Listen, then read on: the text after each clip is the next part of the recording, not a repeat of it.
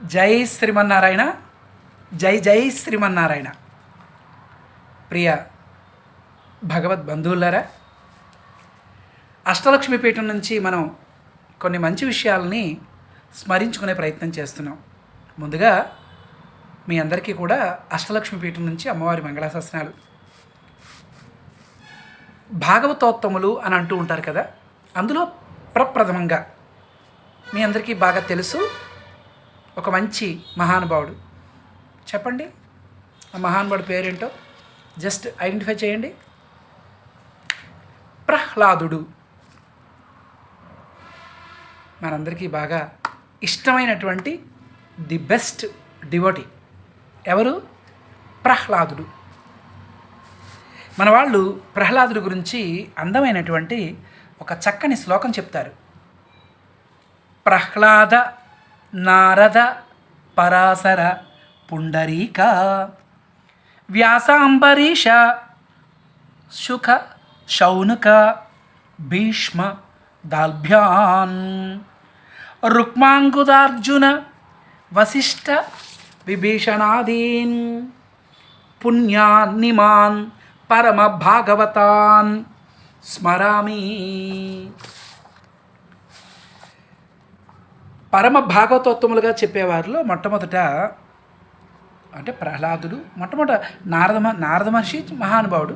అంతకన్నా ముందు ప్రహ్లాదుడి పేరు చెప్తారు కదా. ప్రహ్లాదుడు ఒక అద్భుతం. ప్రహ్లాదుడి గురించి చెప్పుకోవాలి అని అంటే మనకు ఒక పాట బాగా గుర్తొస్తుంది. నారాయణ మంత్రం శ్రీమన్నారాయణ భజనం భవబంధాలు పారద్రోలే వరమసనొంగే సాధకం. నారాయణ మంత్రం శ్రీమన్నారాయణ భజనం.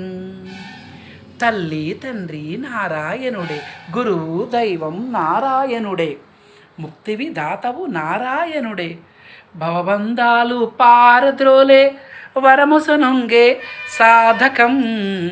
నారాయణ మంత్రం శ్రీమన్నారాయణ భజనం. నాథ హరే శ్రీ నాథ హరే నాథ హరే జగన్నాథ హరే నాథ హరే శ్రీ నాథ హరే నాథ హరే జగన్నాథ హరే. నారాయణ మంత్రం శ్రీమన్నారాయణ భజనం. బా అద్భుతం. ప్రహ్లాదుడు చిన్న వయసులోనే, అతి చిన్న వయసులోనే శ్రీమన్నారాయణుడి మీద అచంచలమైనటువంటి భక్తి ఉన్నవాడు. సహజంగా చాలామందికి భక్తి ఉంటుంది. అది కొంతమంది భక్తి వ్యాపార దృష్టితో ఉంటుంది. కొంతమంది వ్యాపారం పెట్టుకుంటూ ఉంటారు. అది బాగా సాగితే దాని మీదే కాన్సన్ట్రేషన్ చేసి అదే సాగిస్తూ ఉంటారు. అది సరిగ్గా సాగకపోతే మరో వ్యాపారం, అది సాగకపోతే మరో వ్యాపారం. కొంతమందికి భక్తి అనేది వాళ్ళు అనుకున్న కోరిక తీరితే, బాగా గుర్తుంచుకోవాలి, అనుకున్న కోరిక తీరితే అబ్బో దేవుడు గొప్పవాడండి అంటారు. తీరకపోతే మరొక చోటకి, ఇంకొక చోటకి. కానీ ప్రహ్లాదుడు అలా కాదు. అఖిలాండకోటి బ్రహ్మాండ నాయకుడు సాక్షాత్తు శ్రీమన్నారాయణుడే. ఈ సృష్టి స్థితి లయలకు కారకుడు శ్రీమన్నారాయణుడే. నీలో నాలో ప్రతి ప్రాణిలో ఉన్నవాడు సాక్షాత్తు శ్రీమన్నారాయణుడే అని పరిపూర్ణంగా నమ్మినటువంటి భక్తుడు. ఎన్ని కష్టాలు వచ్చినా, తండ్రి ఎన్ని ఇబ్బందులకు గురి చేసినా శ్రీమన్నారాయణుడి యొక్క పాదపద్మాలని మనస వాచ కర్మణ గట్టిగా పట్టుకున్నవాడు. చూడండి, ప్రహ్లాదుడి యొక్క కథ మనందరికీ తెలుసు. వాళ్ళ తండ్రి గారు గురువు గారి దగ్గరికి పంపించారు అక్కడ విద్య నేర్చుకోమని. ఆ గురువులకు కూడా